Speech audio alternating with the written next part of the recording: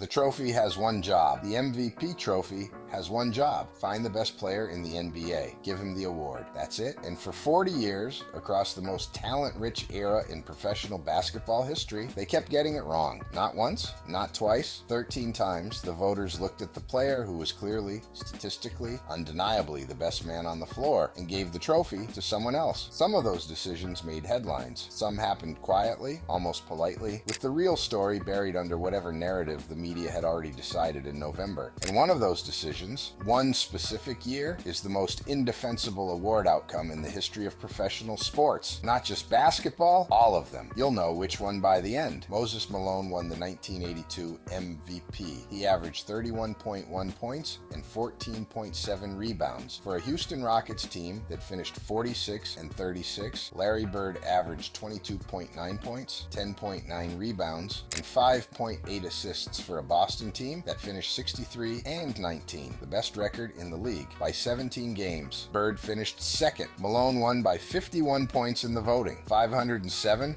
to 456. The case for Malone wasn't weak. He was the most dominant offensive rebounder alive and carried a mediocre Rockets team further than anyone expected. The case against it was that Bird's team finished 17 games better and Bird was doing more: scoring, rebounding, passing, defending, with a more complete game on a clearly superior team. Word around the league in that era was that race played a role in the voting, that certain members of the media were reluctant to vote for Bird over black players, regardless of the statistical case, overcorrecting away from what looked like favoritism. Nobody said it publicly in those terms, but the numbers supported the argument. Bird had the stronger season on the better team by every measure. The margin was 51 points. Bird won 3 straight MVPs after that: 1984, 1985, 1986. The voters eventually corrected course. It took 2 years. Moses Malone had a great season. Larry Bird had a better one. The trophy went to the wrong building. He had more first place votes and still lost. Charles Barkley averaged 25.2 points and 11.5 rebounds on 60% shooting in 1990. He was 26 years old. He got 38 first place votes from the media, more than any other player in the entire ballot that year. Magic Johnson won the MVP with 27 first place votes. The voting system weighted second and third place votes, so Magic's deeper support across the ballot accumulated enough total points to win despite fewer people believing he was the best player in the league. More voters looked at Charles Barkley and said, "That's the MVP," than said it about the man who actually won it. That sentence shouldn't be possible. Barkley shot 60% from the field. He averaged 11.5 rebounds. He was doing things physically that made every opposing coach game plan specifically around him. Magic averaged 22.3 points and 11.5 assists for a 63 win. Lakers team, excellent numbers, excellent team. But the voters themselves, by plurality, had already decided Barkley was better. The system overruled them. Nobody confirmed it publicly, but people inside the Philadelphia organization that year will tell you Barkley carried that result differently than his public persona suggested, that the smile and the quotes covered something darker, a conviction that the league's voting structure was designed to reward brand names over production. More voters said Barkley. The trophy went to Magic. The system did the rest. The year Jordan won the title and lost the trophy, Charles Barkley averaged 25.6 points and 12.2 rebounds in 1993. Phoenix went 62-20, best record in the Western Conference. He was legitimately the second best player in the NBA that year. Jordan averaged 32.6 points, 6.7 rebounds, 5.5 assists, and 2.8 steals. His Bulls went 57-25. Barkley won the MVP, 91 first place votes to 45. Then Jordan's Bulls beat Barkley's Suns in 6 games in the finals. The argument for Barkley was that he elevated a team without a second superstar to 62 wins. That's a real argument. But Jordan led the league in scoring, won Defensive Player of the Year again, and won the championship that Barkley couldn't reach. The player who won the most important award in basketball, the one decided on the court in June, was Jordan. The player who got the regular season trophy was Barkley. Barkley himself has said multiple times Jordan should have won more MVPs. What he never said publicly is whether he actually believed he deserved it more than Jordan. The floor answered that question in June. Barkley won the MVP. Jordan won the finals. The floor spoke louder than the ballot. The champion who finished third. David Robinson won the 1995 MVP. He averaged 27.6 points, 10.8 rebounds, and 3.2 blocks for the San Antonio Spurs. The season was legitimate. The award was deserved by the numbers. Hakeem Olajuwon averaged 27.8 points, 10.8 rebounds, 3.4 assists, and 3.4 blocks. He led the Rockets to the championship. He won Finals MVP. He was, by every available measure, the best player in the NBA. In 1994 to 95, he finished third in MVP voting, behind Robinson and Anfer Hardaway of the Orlando Magic. The argument for Robinson was wins. San Antonio went 62-20, while Houston finished 47-35. The argument against it is that Hakeem won the title, averaged 27 and 10 and 3.4 blocks simultaneously, and was coming off a 1993-94 season where he won MVP, Defensive Player of the Year, and Finals MVP all in the same year, the only player in NBA history to accomplish that. In 1995, the voters looked at the greatest player in the world and gave the award to someone who didn't even make the finals. Nobody confirmed it publicly, but people inside the Rockets organization that year will tell you Hakeem never talked about the MVP race. Not once. He was focused on the title. He said later that the trophy he wanted was the one they gave out in June. He was right, and he got it. Hakeem won the championship. The MVP went to the runner-up. That's a strange sentence to say out loud. The most defensible robbery in NBA, a history. Karl Malone averaged 27.4 points and 11.9 rebounds in 1997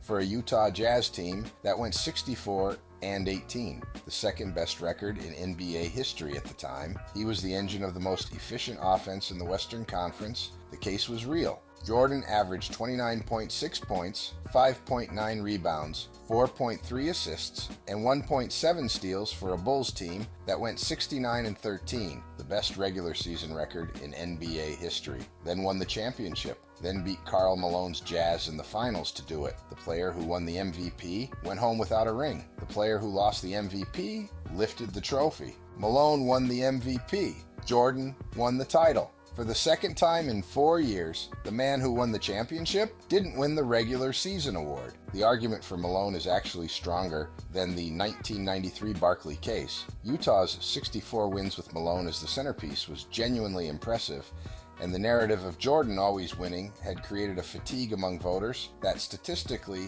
shouldn't have existed. But Jordan went 69-13, led the league in scoring, led his team to what was then the greatest single season in NBA history, and then beat Malone in the finals. Ask anyone who covered that Jazz team, and they'll tell you Malone knew how the vote would look when Jordan beat him in June. That somewhere between the losing locker room after Game 6 and the press conference, the MVP trophy became smaller than it had been in May. He kept it. He never won a ring.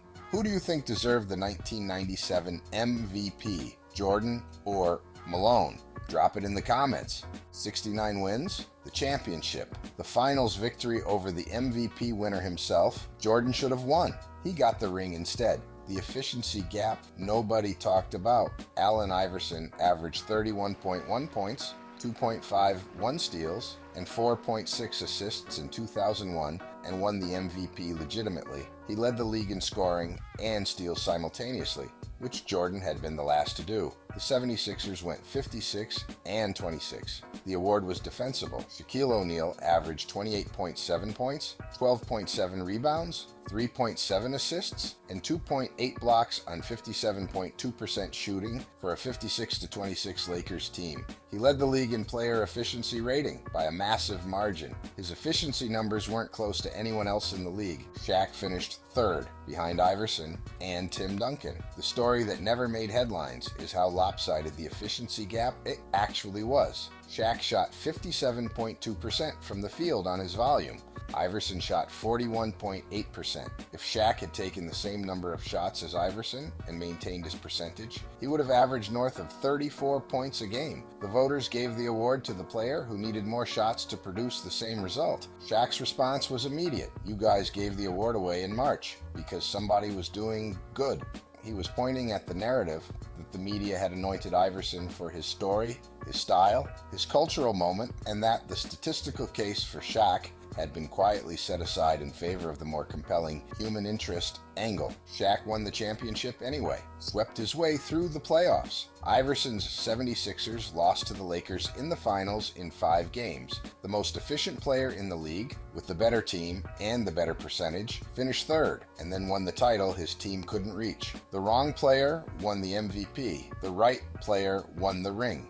15.5 points beat Shaq and LeBron. Steve Nash averaged 15.5 points and 11.5 assists in 2005. He didn't make the top 10 in player efficiency rating. He was not named to an all-defensive team. He averaged 15.5 points. Shaq averaged 22.9 points, 10.4 rebounds, and 2.3 blocks on 60% shooting, and won another championship with the Miami Heat. LeBron James averaged 27.2 points, 7.4 rebounds, and 7.2 assists at 20 years old. Dirk Nowitzki led the league in win shares and shot 48% from the field, 40% from 3, and 90% from the free throw line on a 58-win Dallas Mavericks team. Nash won the MVP. The system argument exists. Nash was the engine of Mike D'Antoni's run-and-gun Suns offense. The team went 62-20, and Nash's passing was genuinely exceptional in that system. But exceptional passing in an exceptional system doesn't automatically make you the most valuable player in the league. When Shaq just won a championship on 60% shooting, LeBron James is 20 years old,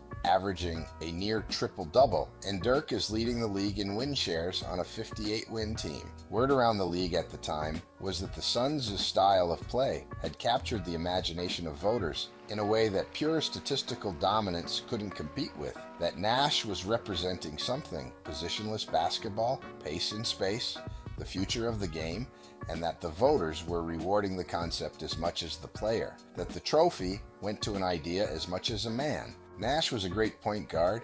He averaged 15.5 points. He wasn't the MVP of the NBA in 2005. 81 points wasn't enough. Steve Nash won the 2006 MVP, again, second consecutive award. He averaged 18.8 points and 10.5 assists. Improved from the prior year, legitimate improvement, nothing shameful about the numbers. Kobe Bryant averaged 35.4 points, 5.3 rebounds, 4.5 assists, and 1.8 steals. He led the league in scoring by 5 points per game over the next closest player. He was named to the all-defensive first team. He scored 81 points in a single game on January 22nd, the second highest single-game total in NBA history. He won more win shares than Nash. He had a higher player efficiency rating than Nash. Nash won 57 first-place votes. Kobe won 22. The Lakers finished 45-37, worse than the Suns, and that was the justification. Kobe's team wasn't good enough. Problem with that argument is that the Lakers without Kobe, that season, would have been a lottery team. Nash's Suns without Nash would have still been excellent. Amari Stoudemire, Sean Marion, Boris Diaw. The system produced the numbers regardless of the point guard running it. Kobe was propping up a broken roster. Nash was running an exceptional one. Those are fundamentally different kinds of value, and the voters chose the wrong one. 81 points. All defensive, first team. Led the league in scoring by 5. Higher win shares. Higher efficiency. Kobe scored 81 in a single game that season and still didn't win MVP. Let that sentence sit for a moment. The youngest winner in history. Derrick Rose averaged 25.0 points, 7.7 assists, and 4.1 rebounds in 2011. He was 22 years old. He drove the Chicago Bulls to 62 wins and became the youngest MVP in NBA history. His story was irresistible. The kid from Chicago's Englewood neighborhood, playing for his city, leading his team with a reckless and fearless style that made every grown man in the league look slow. LeBron James averaged 26.7 points, 7.5 rebounds, and 7.0 assists. His Heat went 58 and 24. By every advanced statistical measure, player efficiency rating, win shares, box plus minus, LeBron had the stronger individual season. Rose won 113 first-place votes out of 121. LeBron got 4. The argument for Rose was narrative. The argument for LeBron was math, Rose was captivating, LeBron was dominant, and the voters, who had spent 2 years watching LeBron's Miami circus unfold, who had watched the decision and the not one, not two, not three, not four speech, and all of it, chose the good story over the better season. The MVP ballot became a referendum on something that had nothing to do with basketball. People inside that voting cycle will tell you anti-LeBron sentiment among certain media members was real and documented, that some voters who privately admitted LeBron had the better season still voted for Rose because they resented what LeBron had done in Cleveland, that the MVP award absorbed 2 years of cultural backlash against one player and redirected it toward a deserving, but not more deserving, alternative. Rose won legitimately in the sense that the votes were real. He didn't win legitimately in the sense that his season was better than LeBron's. It wasn't. The math was clear. The feelings were louder. The unanimous decision. Stephen Curry won the 2016 MVP unanimously, every single first place vote. 131 out of 131, the only unanimous MVP in NBA history. His Warriors went 73-10, the best regular season record ever assembled. He averaged 30.1 points and 6.7 assists on 45% from three, the most efficient volume scoring season in the sport's history at that point. The award was correct. The dominance was real. No argument here. What do you do with a year where the regular season award was right, but the full body of work tells a completely different story? LeBron James averaged 25.3 points, 7.4 rebounds, and 6.8 assists for the Cleveland Cavaliers. He led them to the finals as a 4 seed, and in that finals, against the 73-win Warriors, he led both teams in points, rebounds, assists, steals, and blocks for the entire 7-game series. The only player in NBA history to lead both rosters in all 5 major statistical categories in a finals. He erased a 3-1 deficit. He won. The NBA doesn't give an MVP for the full year, just the regular season. And in the regular season, the unanimous pick was right. But if the award covered October through June, if the greatest individual finals performance in NBA history was part of the equation, the answer is different. Curry won the regular season award correctly. LeBron had the better year. Both things are true simultaneously. That's why 2016 is the most complicated entry on this entire list. Which one of these MVP decisions bothers you the most? Drop it in the comments. The defending champion who couldn't lose, Giannis Antetokounmpo, won the 2020 MVP. He averaged 29.5 points, 13.6 rebounds, and 5.6 assists on a 56-win Milwaukee Bucks team. He won Defensive Player of the Year in the same season. He was the best player on the best regular season team. The award was legitimate. LeBron James averaged 25.3 points, 10.2 rebounds, and 10.7 assists, a near triple-double average on the 52-win Lakers. He finished second. His 10.2 rebounds were a career high. He was playing the most complete basketball of his career at 35 years old. The Bucks won more games. Giannis won more individual awards. The vote was defensible. But here's the angle nobody fully addressed at the time. The 2020 bubble changed what the regular season meant. Teams played different numbers of games before the shutdown. LeBron's Lakers played 49 games.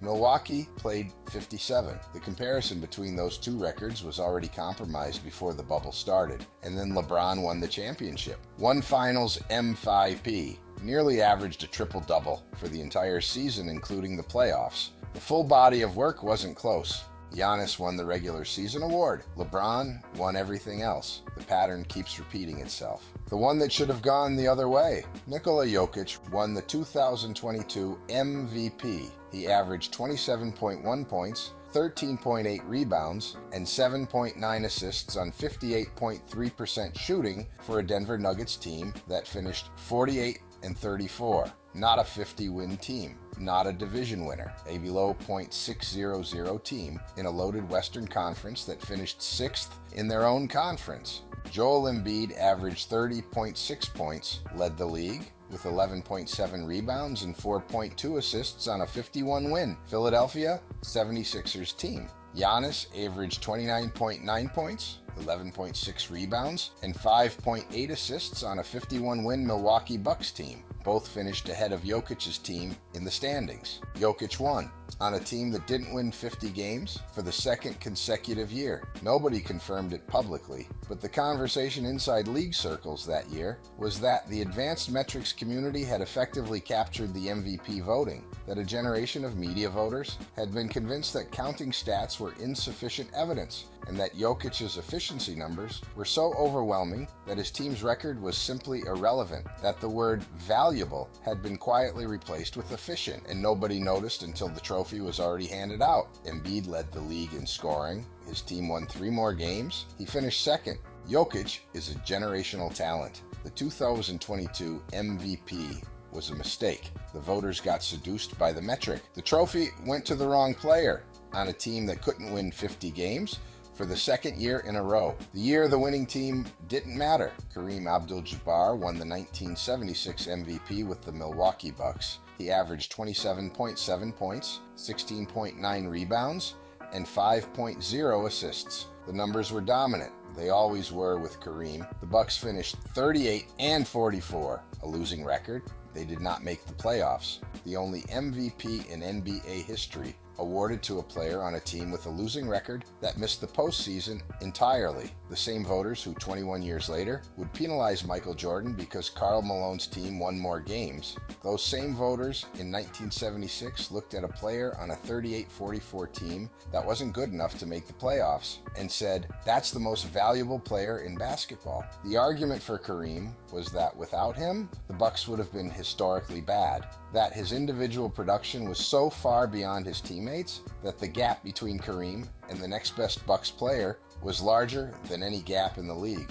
That valuable meant something specific in Milwaukee that year. It's a real argument. The story that never made headlines is how that award shaped the MVP conversation for decades afterward, that the 1976 vote established a precedent that individual dominance could override team success. And that voters spent the next 40 years selectively applying that precedent depending on which player they liked more. Jordan lost to Malone in 1997 because Malone's team won more games. Kareem won in 1976 with a losing team. Both decisions came from the same pool of voters operating under the same criteria, and they reached opposite conclusions. Kareem was a generational talent. The Bucks missed the playoffs. The trophy went anyway. So here's the answer to the question from the beginning. The most indefensible outcome in the history of professional sports. It's not one year, it's the pattern. Kareem won it on a losing team in 1976. Barkley got more first-place votes than Magic in 1990 and still lost.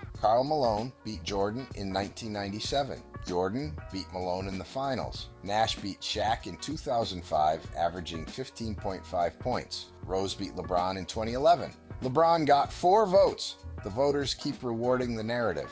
The floor keeps correcting the record. The trophy has one job: find the best player, give him the award. For 40 years, it has consistently given the award to the player with the better story, while the player with the better season watched from somewhere else. The ring doesn't lie. The ballot sometimes does.